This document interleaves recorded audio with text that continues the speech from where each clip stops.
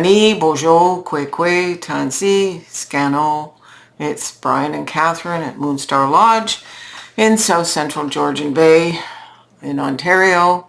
And we're here with the revised weekly reading for September 15th through 21st.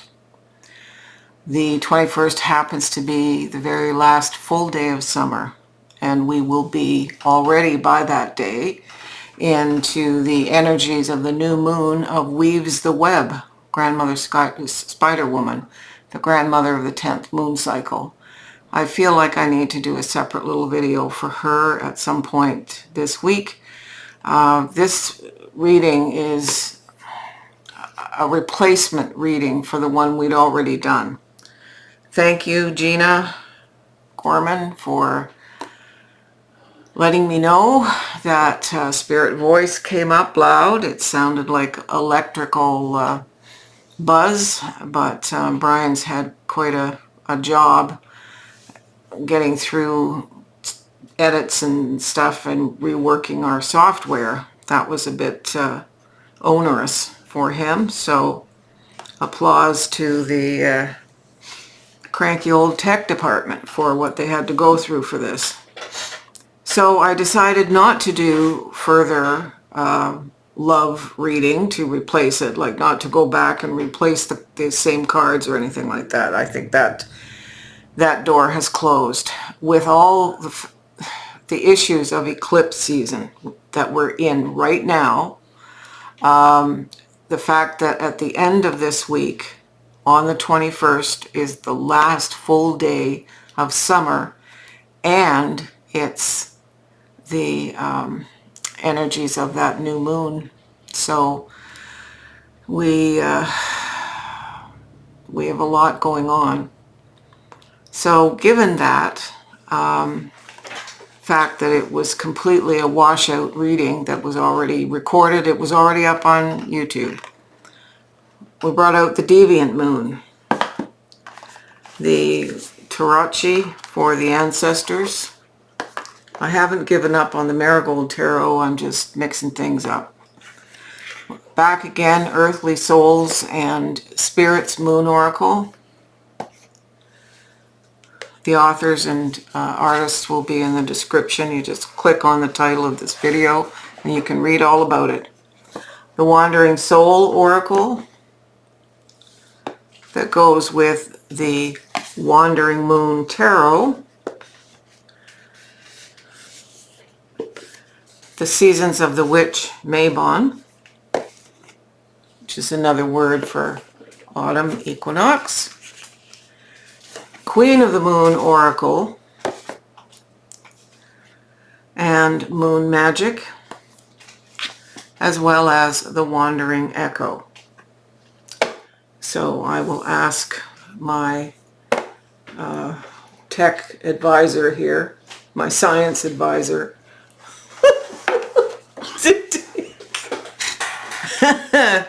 take those boxes before we're playing 18-box pickup. All right, so a lot of mooning. I could be mooning by the end of this video. Be afraid. Let's go to the cards, Brian. As with everything in life, you got to try and laugh. So here we have a very good auspicious beginning here for the 15th, which is the High Priestess. Nothing says a good time like the High Priestess bringing things down from the spirit realm, alchemizing them with the earthly realm, and co-creating something, the gestalt of which is greater than the sum of the two. We are to, in terms of the archetype of this, look at really utilizing this transitional energy from the ninth grandmother, setting sun woman, into Weaves the Web, who is an alchemist. The grandmother spider woman is a story told by many indigenous cultures on Turtle Island, and she is a mystic connecting us all together in the collective consciousness. So the High Priestess energy is with us, and clarifying this from the Ancestors deck is the Star. I find, as much as I love moon cards, I love the energy, the ethos behind the archetype of the Star card. It can represent illuminating our way. It can represent health, healing, all of that sort of thing. But we've got this beautiful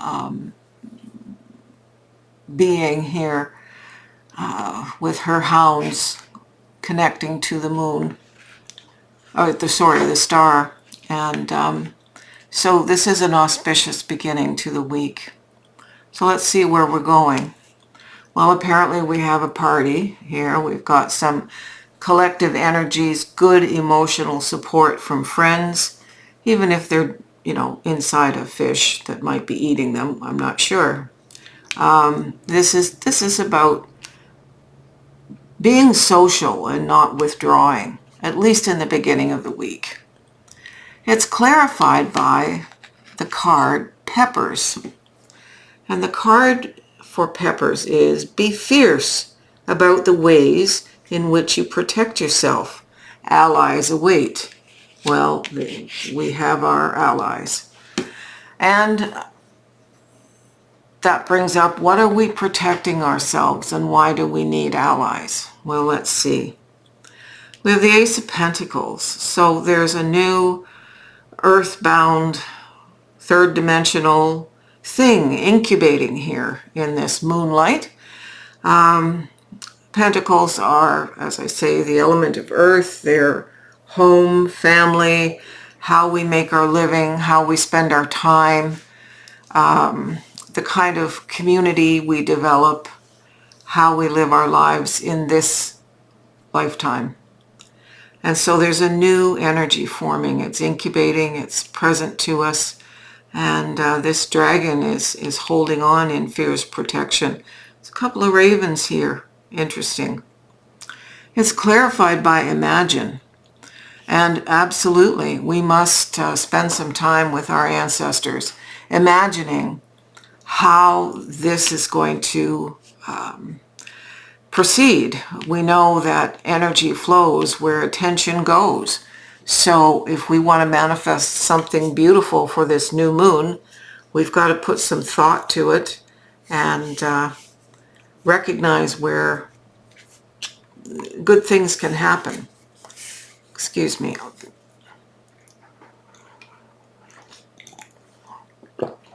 This is a big coffee day. We go from the Ace to the Page of Swords. Very classically. The page has energy. There's a lot of communication, a lot of movement. There's not a lot of sit back and wait, but we're communicating differently in a new way. We are observing others too. We are observing how the ones who have more experience than us are communicating and making sure the communications are clear. There's a lot of mental energy in this time because we are imagining how this new prosperity will come about. The page doesn't have to worry because he's got the King of Wands. When I pulled the King of Wands, a guide said, there he is in all his perspicacity. I had to double check that word because it's an old-timey word. But energy, maturity, knowing how to deal, his mind dances lightly through the problems that he corrects. He doesn't see problems, he sees challenges. And the energy of the page helps the king, but the maturity of the king helps the page here. By the end of the week, we're changing out our party clothes to the Hermit. And the Hermit suggests to me that we're not withdrawing because we're feeling isolated.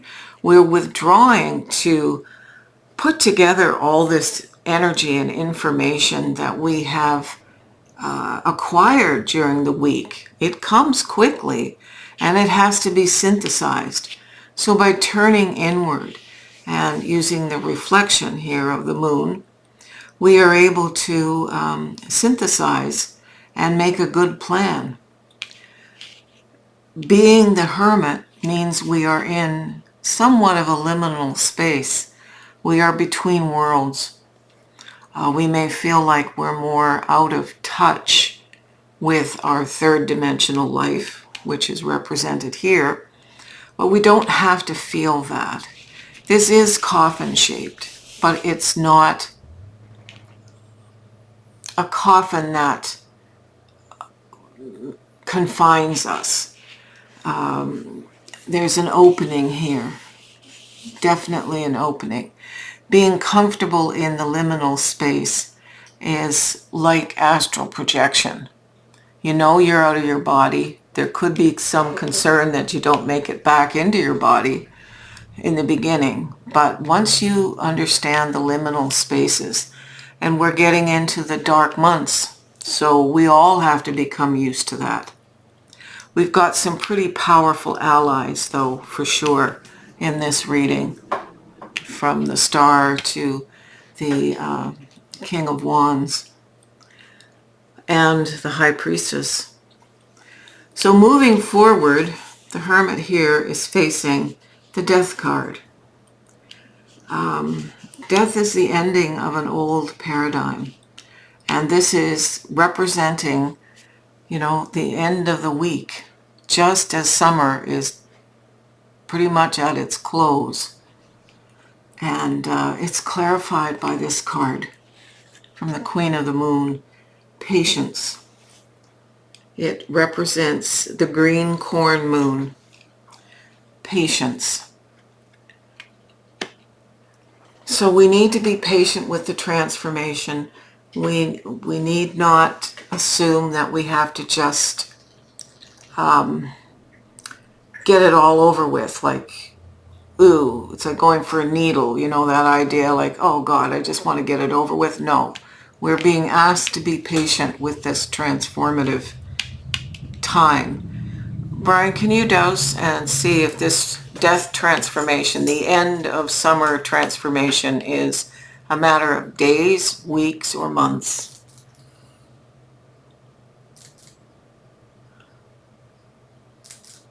We need some music for this moment. Months. It's months, so that's why we require patience.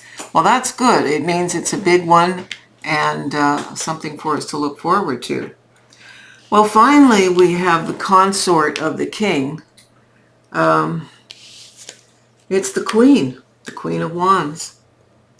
And she's the vivacious, beautiful energied, turns heads when she comes into the room. She would in this outfit from Deviant Moon, but I digress. She's very much the effervescent being. So this is the kind of stuff that helps offset the times when we must withdraw, the times as we transform, the times that we must be patient. She's here to say there is energy, there is light. So being a Wands, we know that it's spiritually infused. That's the will, the energy of life, the life spark. And it's clarified by an awesome card. This is an expanded Major Arcana card called the Hidden Realm. And the Hidden Realm represents our moon sign. So if you don't know your moon sign, you can look it up on astro.com by plotting in your birthday. It's all free. Or drop me a line and I can help you with that. But it's looking inward.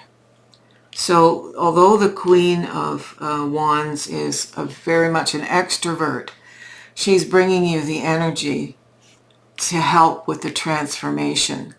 She's bringing the energy to look within. We must all look within. And you can flip the camera, Brian. I like this better than readings about love. This is much better. Considering my community spirit name is Moonraven, yeah, much better. To Gina Gorman, thank you for drawing our attention to the spirit voice that projected itself.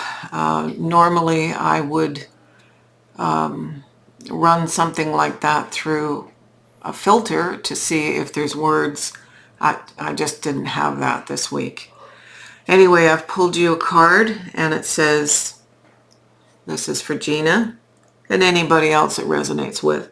I choose to take a higher perspective and widen my views. This is representing the moon god Tuerye, rabbit on the moon. So Gina, rabbit on the moon to you. All right. Miigwech, Yawen, thank you and peace. We appreciate your support. We appreciate your communication, your coffee donations, your e-transfers, your loving words, your comments, thumbs ups, likes and subscribing. That's what that all is about. It helps us move forward. And we got out of the way of the bullet this week with the issues around our equipment. So thank you and have a happy, happy, happy new moon.